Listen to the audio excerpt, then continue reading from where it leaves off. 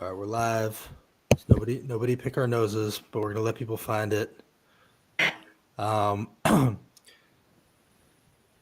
on in, everybody. Share the feed if you would. Welcome back to the Holler. We were supposed to have this is what we were gonna do. We had a cool graphic made. We were gonna have a simulcast. We were gonna live stream the Education Instruction Subcommittee today, where they were talking and are talking about the anti-LGBT textbook ban and an opt-out bill for gender identity curriculum. And come to find out, they don't seem to be streaming that committee for the first time. And as long as I can remember, there's a committee going on that is not being streamed and the public's not allowed in. So instead of talking about that, we're going to talk a little bit about how whatever happens today shouldn't be legal. Let's start with you, Francie. What do you think about the fact that we posted today we were going to do a simulcast of this meeting on the Holler, and lo and behold, they're not even streaming the meeting? Do you smell anything fishy there? You know, I usually don't like to be the one that is drawn to conspiracy theories, but it doesn't pass the smell test. Let's put it that way. I mean, especially during the pandemic, it doesn't make sense that if people are not allowed at Cordell Hall, where all of these legislative meetings are held, the only way that people can track what's going on is through the live feeds. Which actually I have to give compliments to our state in that they do a really good job generally. That's what showing committee hearings and the full House and full Senate. So that's why it's very unusual that it's not being online right now. So obviously that's problematic, and it does. I mean, I'm no lawyer, but it does kind of raise the question of how legal is it if these things are made, if decisions are being made out of the sunshine. Chris, I would ask you, do you think that what's happening right now behind closed doors, out of the limelight, should count? And how much of a conspiracy theorist are you in general? Well, I'm with Francie. I'm usually not. Open meetings laws in Tennessee are laws that the General Assembly typically passes for local governments. The legislature cannot bind itself in multiple sessions. If it passes a law, it can't really do that. It can pass rules for its session, but it can't pass a law saying all future broadcasts must be, live.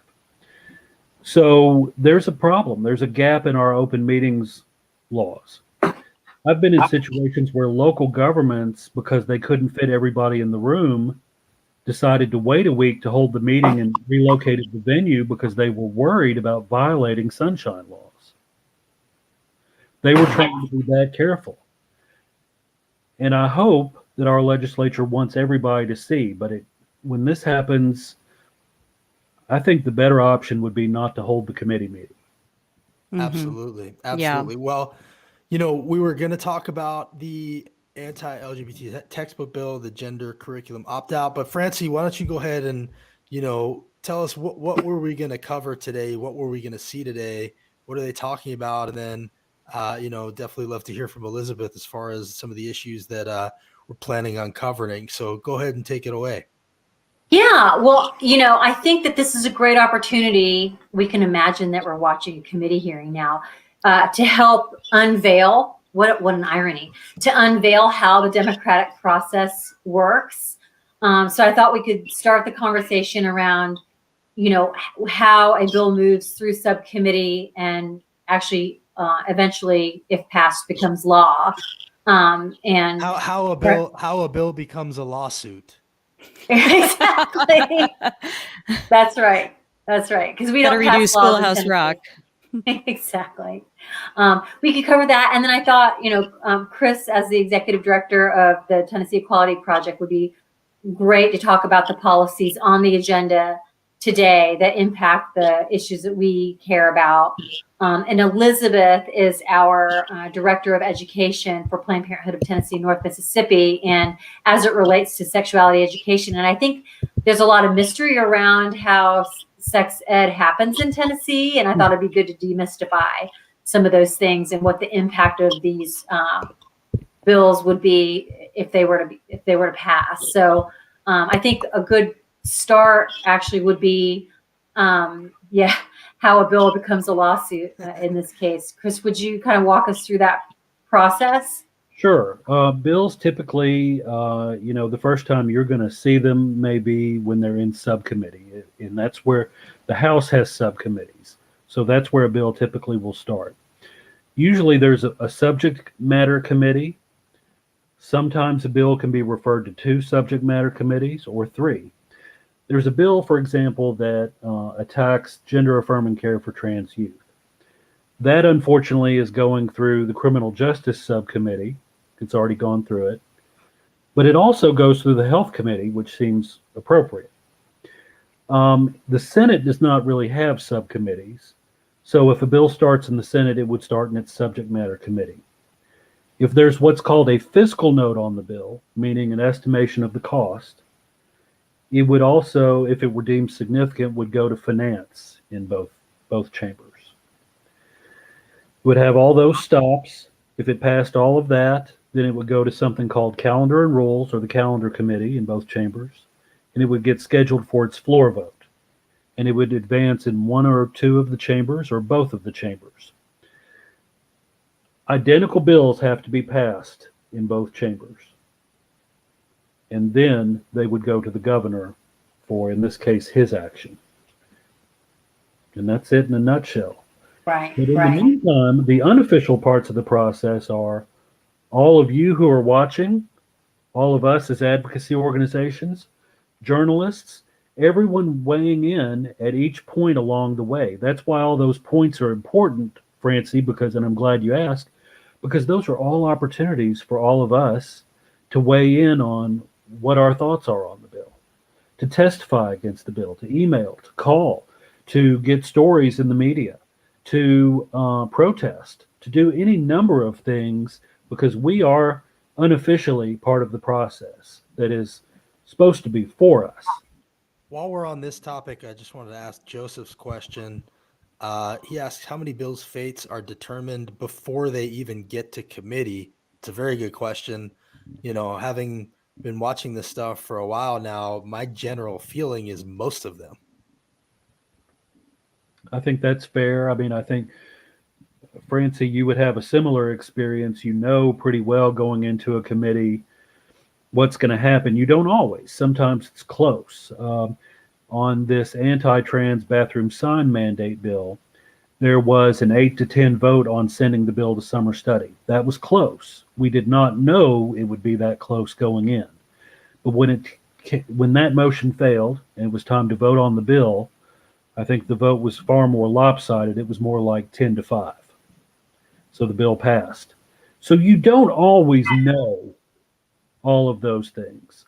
And your goal is to try to get it as close as possible so everybody's working as hard as they can, so that you have an even shot. But a lot of the bills, yes, it's known or decided before you get in the room.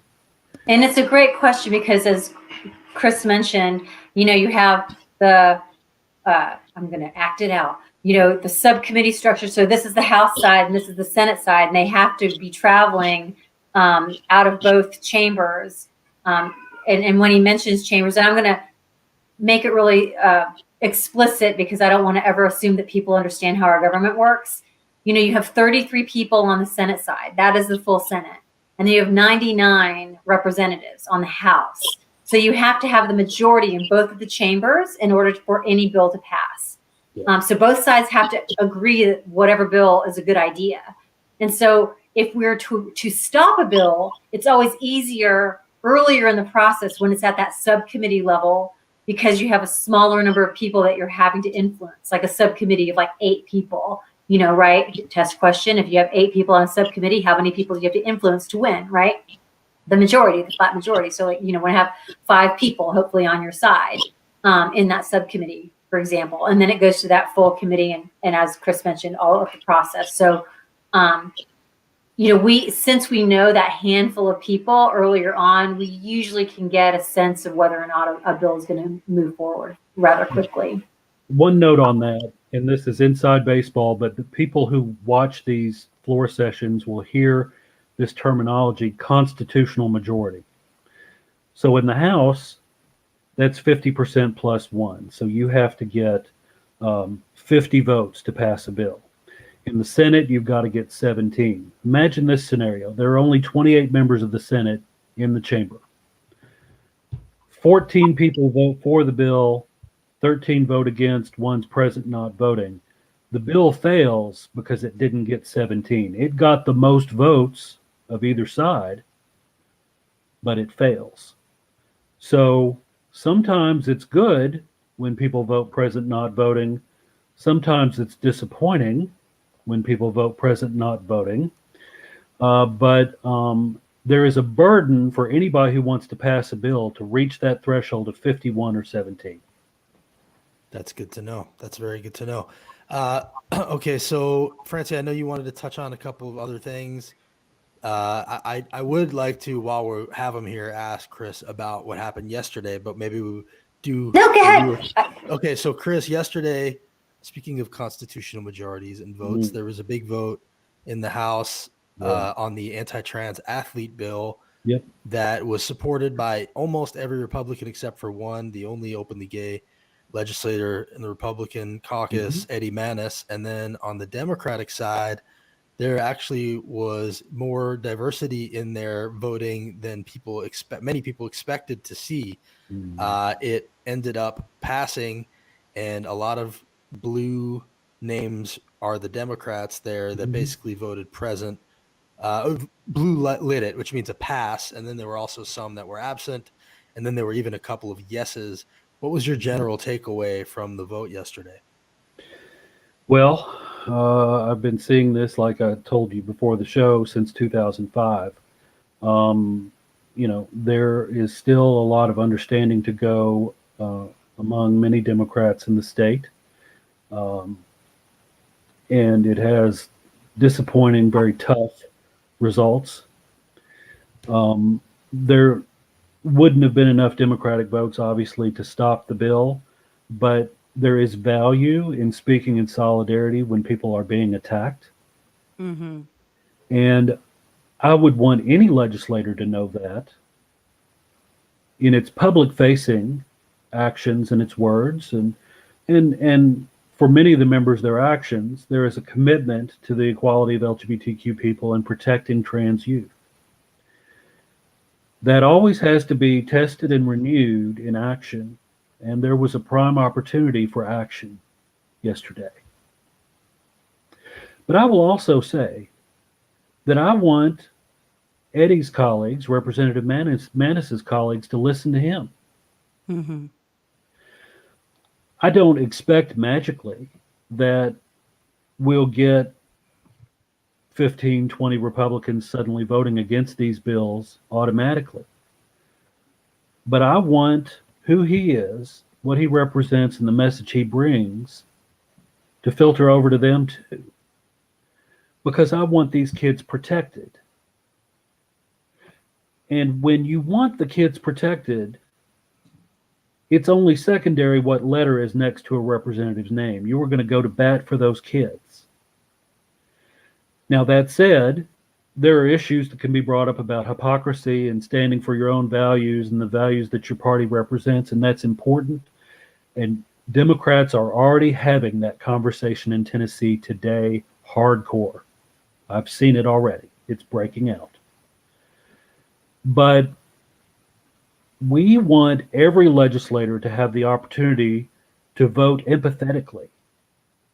And Eddie is trying to make that conversation take place, and I applaud him for that. There are Democrats who are trying to make that conversation take place. And what we realize after this vote is we all have more work to do.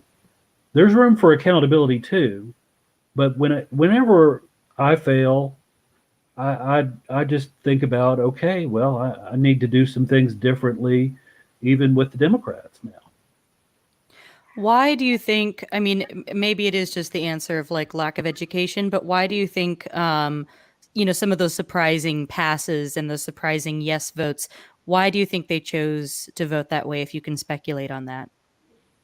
I have heard, with respect to one or two representatives, that they may have been getting a lot of calls about protecting women's sports.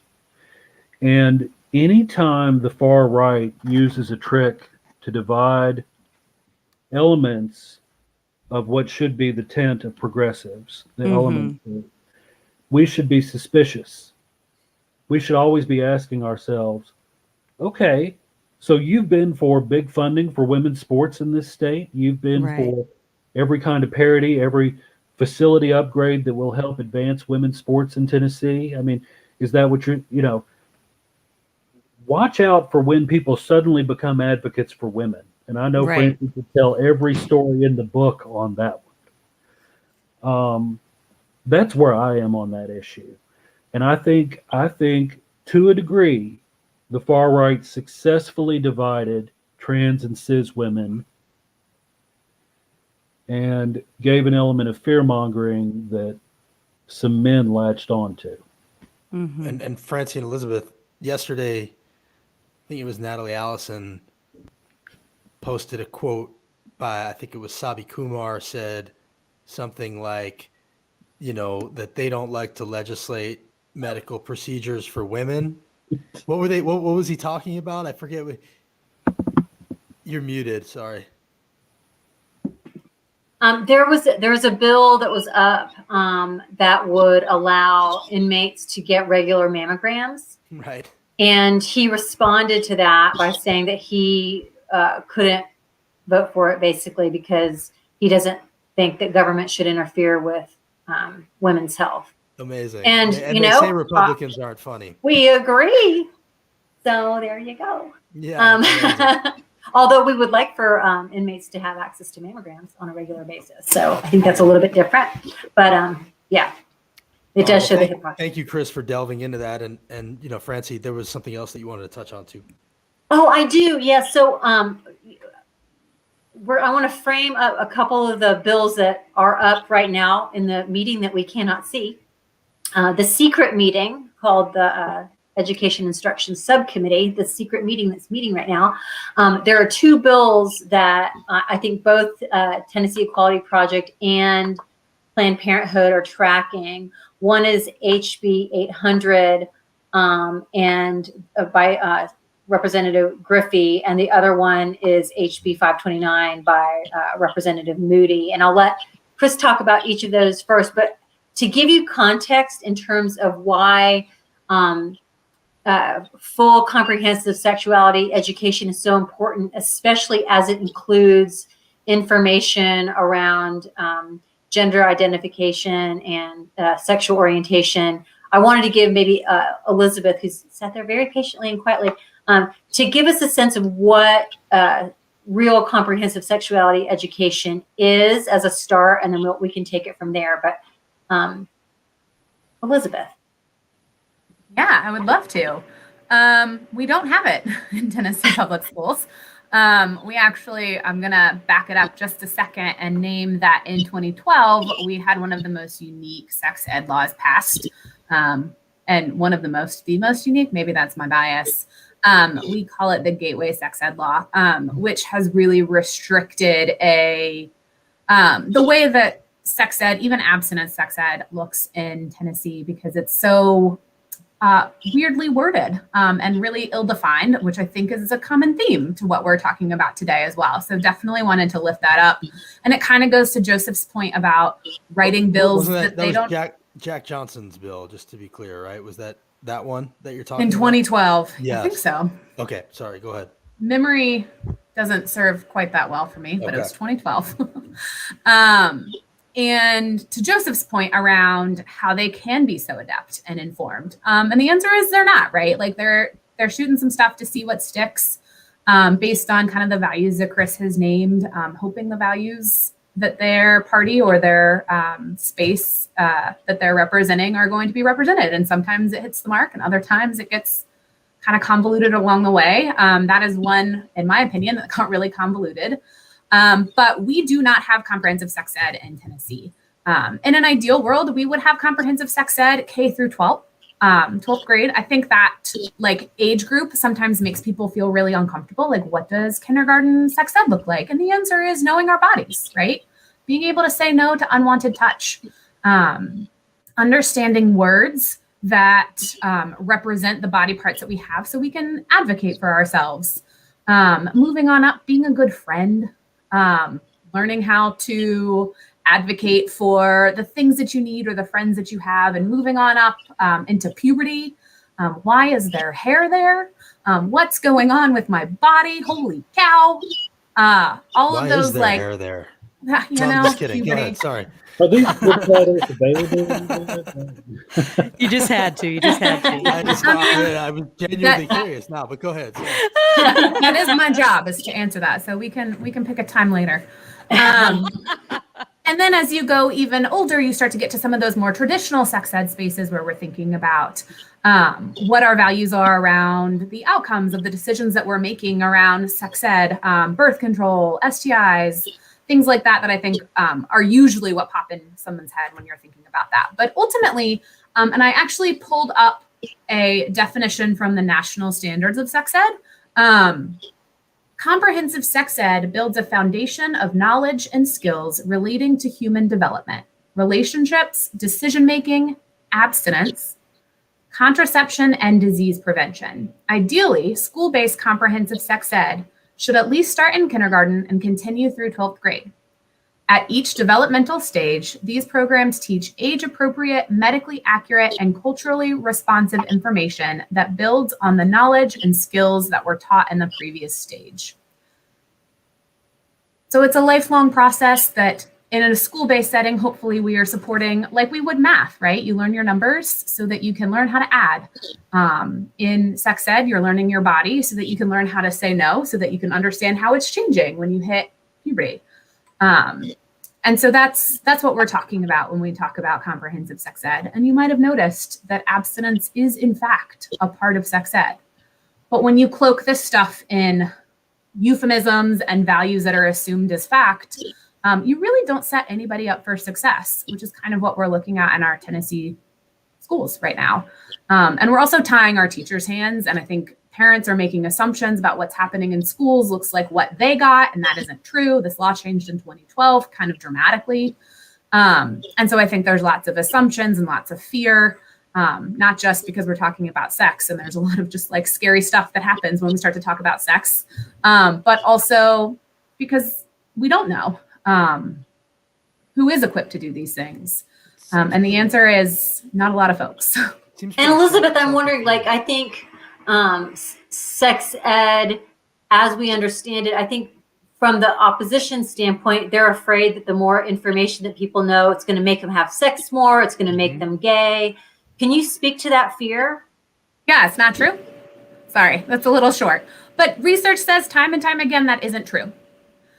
We've looked at research with access to the emergency contraception, to the HPV vaccine, and time again, that is disproven. And actually what we know is that folks who have access to comprehensive sex ed have sex at the same time as their abstinence-only peers, or maybe even a little bit delayed.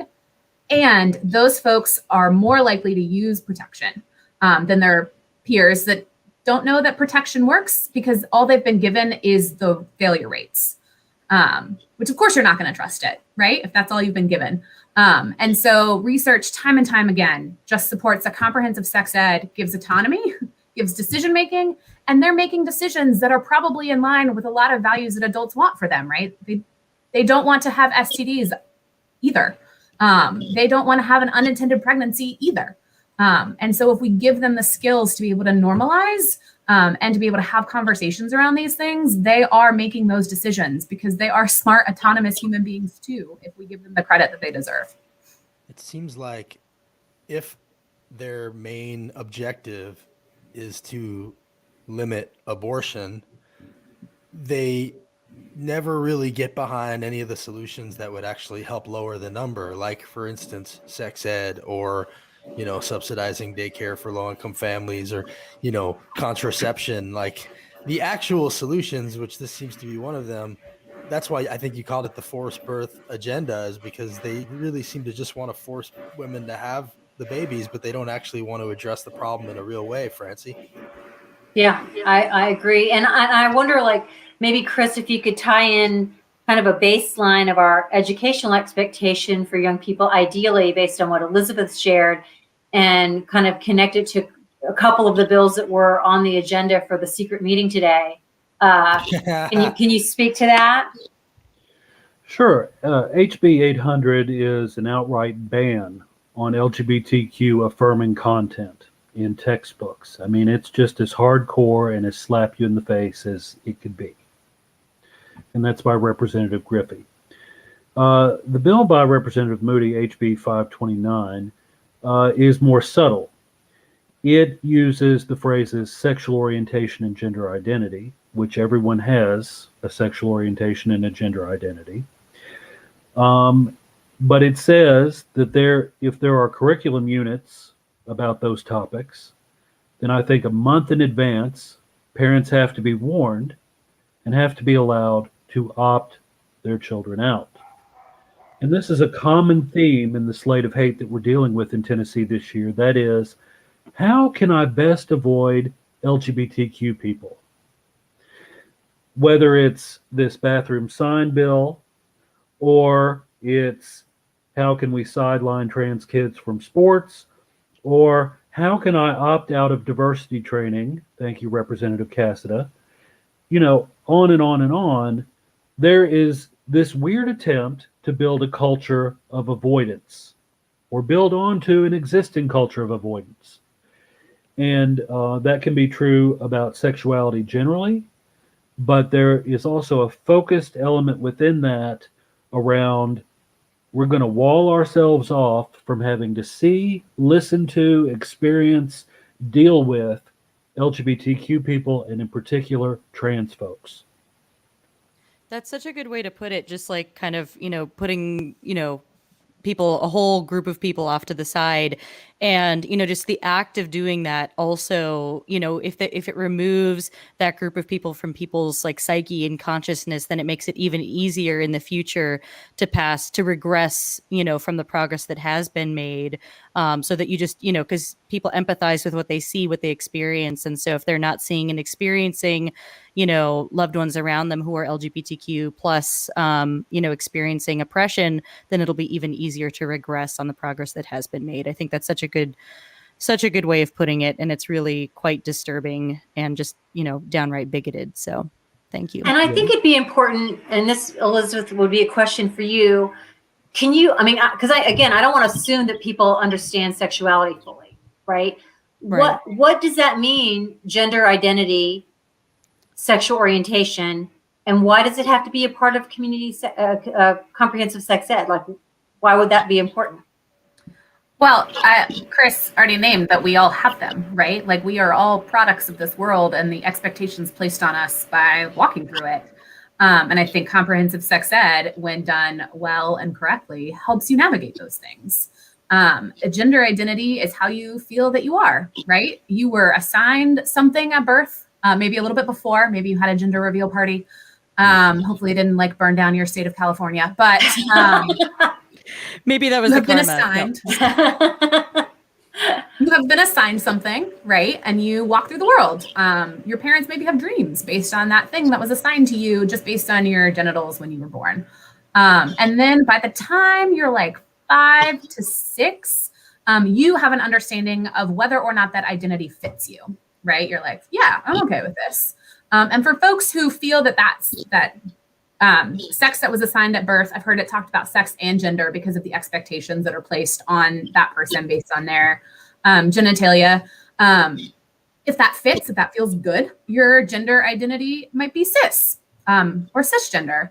And if it doesn't, then we have a whole umbrella term for trans and lots of different ways that those folks can identify or like walk through the world. And there's like lots of different coming out stories in terms of figuring out what that is. But a lot of them, for a lot of my friends that identify on the gender spectrum, it's because they met somebody that used a different set of pronouns or walked through the world in a way that hadn't yet been represented to them. And so if we're thinking about how important representation is, this is another one of those spaces. They didn't know that they was an option. They didn't know that there were other folks that were like, I don't really feel like a girl here, but everybody keeps telling me I am. So like, okay, I guess I'll just like walk through it.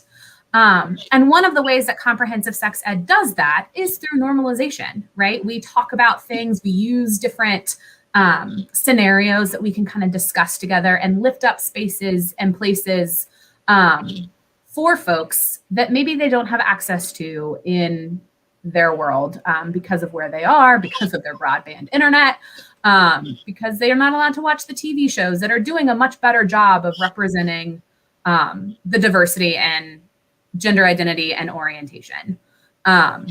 And we also all have an orientation, right? Straight is an orientation. And I use straight as the example because I'm sure that's what they're thinking is the expectation, right?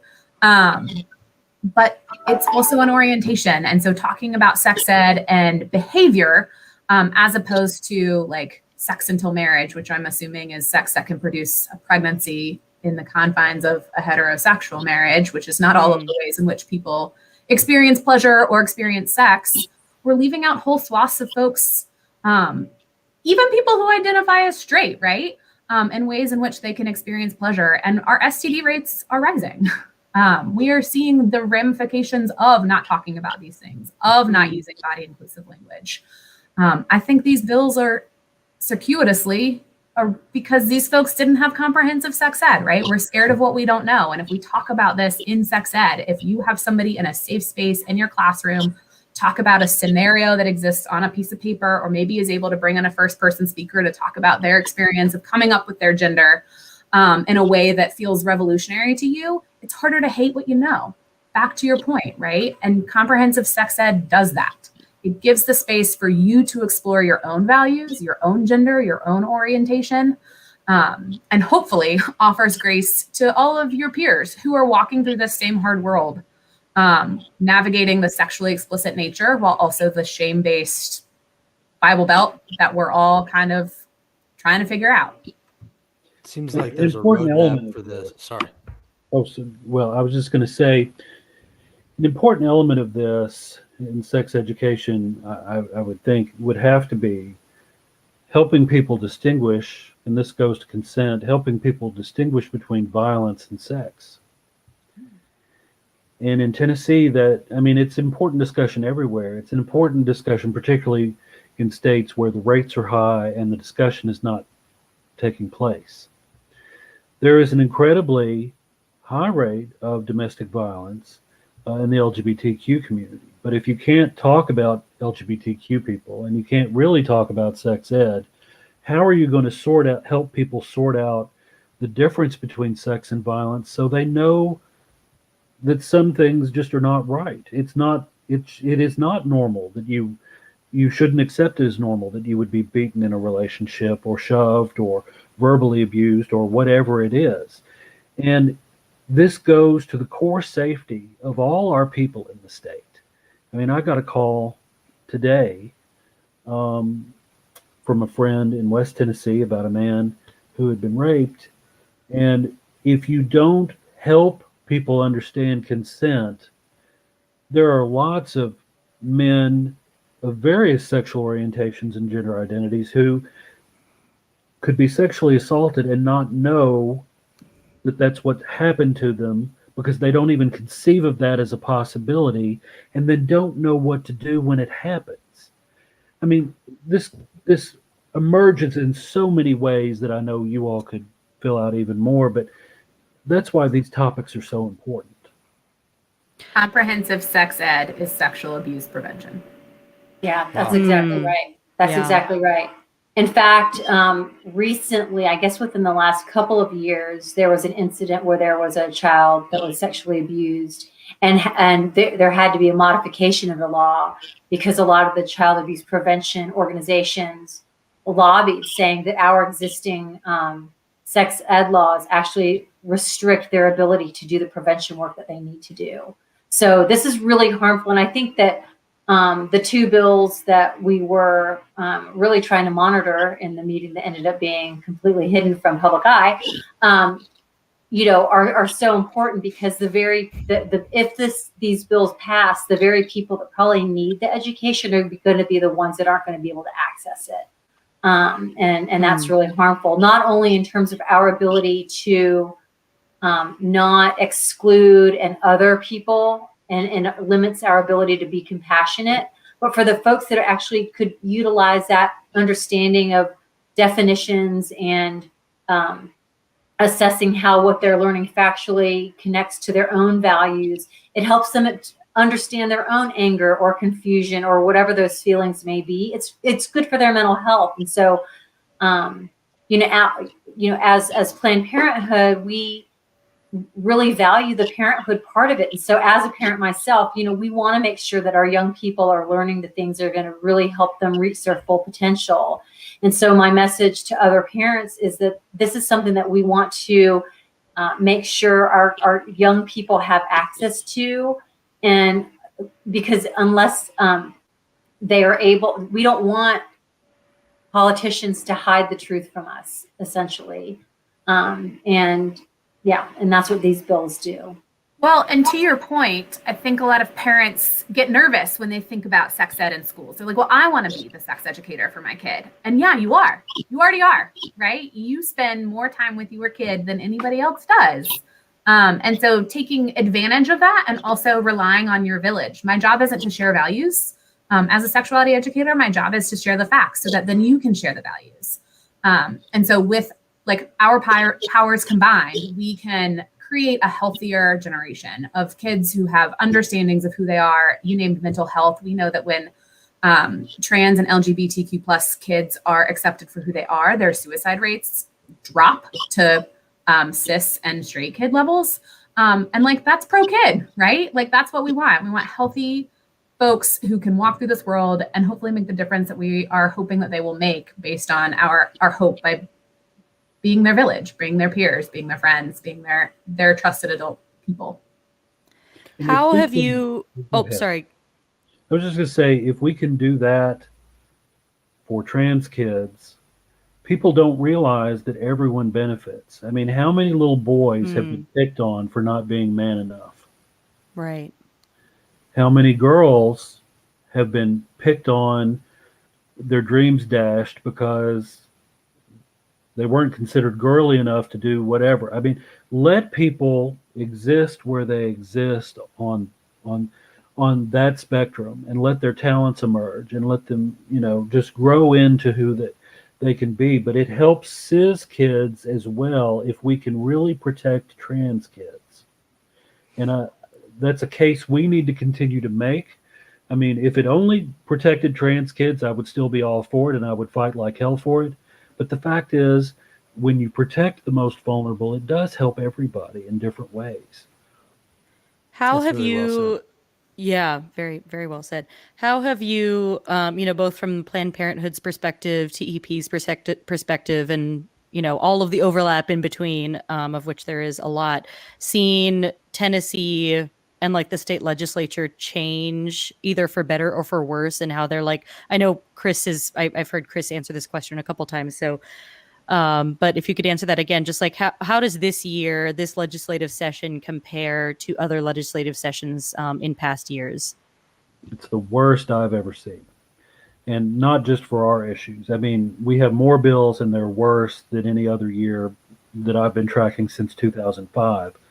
But the ongoing assaults on voting rights and all kinds of issues, obviously reproductive justice and everything. I mean, maybe the worst came for Planned Parenthood last year. I don't want to speak for you, but this year is bad for everybody too. But it's really ramped up this year, I think.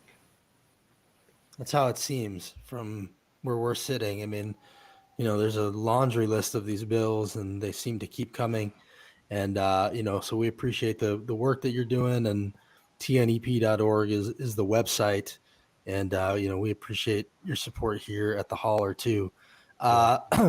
Francie, Elisabeth, if you have anything you want to say, I hopefully we'll maybe be able to do this again when there's actually a live stream of these videos. Again, if you're just joining us, we were supposed to do a simulcast today, but apparently they've hid it from view, and we'll find out later what actually happened during this meeting and if it was legal. So just as some final thoughts, Francie and Elisabeth, about Planned Parenthood, what people can look out for and how they can help. I just want to say on the policy front, the forced birth agenda right now, we haven't seen movement forward on. I feel like they've pivoted a lot from,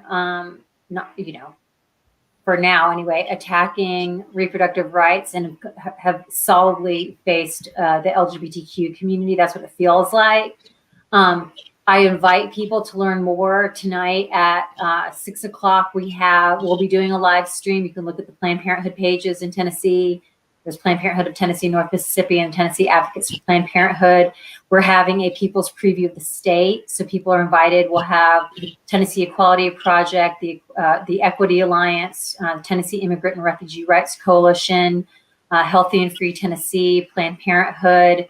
I can't remember everybody else, but we have, Moms Demand Action. So you can come and kind of see from a progressive standpoint a lot of the legislative agenda that we're going to be looking at collectively as partnering organizations. And I'll turn it over to Elisabeth for any final comment. And I just really appreciate the time today. And I'm really disappointed that the laws that they're making right now in the Education Instruction Subcommittee is not in the sunshine. It's very disappointing to see. That's my last statement. Yeah. Elisabeth? Yeah, I'm going to change it to maybe a way in which we can impact the lives of these young people regardless of what they tell us we can tell them in schools. There are 3 Planned Parenthood youth peer education programs that are starting to recruit for next year. We typically see high school students. We have one in Memphis, one in Nashville, one in Knoxville, but they're all virtual right now. And there are also some really great at Oasis Center, Just Us, where folks who identify on the spectrum and need a safe space to be can go also virtual. And so I just want to shout out that even though these laws are going to impact what it looks like in these kids' public schools, we can still be their village outside of that and try and impact them and accept them who they are as best we can. And maybe even impact the sex ed by being peer educators. That's kind of our goal at Planned Parenthood through our youth peer education programs. So it feels really heavy and hard to be in these spaces discussing the impact and the real impact on these kids' lived lives. And I think there is some really good work going on around it, trying to offer alternatives to what the legislature is doing to their teachers and their spaces where they're supposed to be safest. Well, thank you all for all the work that you're doing. Thanks for coming on here. Let's do it again soon when there's a broadcast, and if there's anything that we can share about the places that people can help or the ways that people can help, maybe clips from tonight's people's preview of the state. We'd love to do that. And let's stay in touch and have you back on here soon. All right. Thank you all. Thank you so much. Bye, Justin. Bye, Cassie. Everybody. Thanks.